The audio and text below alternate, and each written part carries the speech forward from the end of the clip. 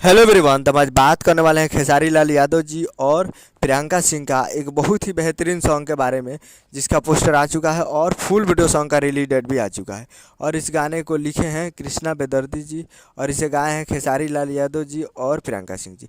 और इसमें म्यूजिक दिए हैं कृष्णा बेदर्दी जी, जो कि आपको स्क्रीन के ऊपर दिखाई दे रहा है, जिस सॉन्ग का टाइटल रखा गया छुअला से। और वीडियो में आपको दिखेंगे खेसारी लाल यादव जी और मेघाश्री जी, फिट में है मेघाश्री जी। और ये एक मूवी का सॉन्ग है, जिस मूवी का नाम है संघर्ष 2।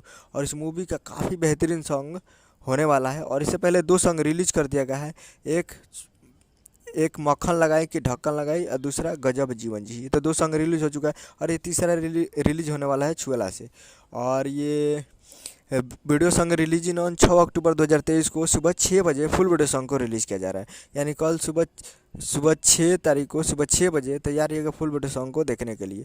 और काफ़ी बेहतरीन हो रहा है। वीडियो में खेसारी लाल यादव जी और मेघाश्री जी।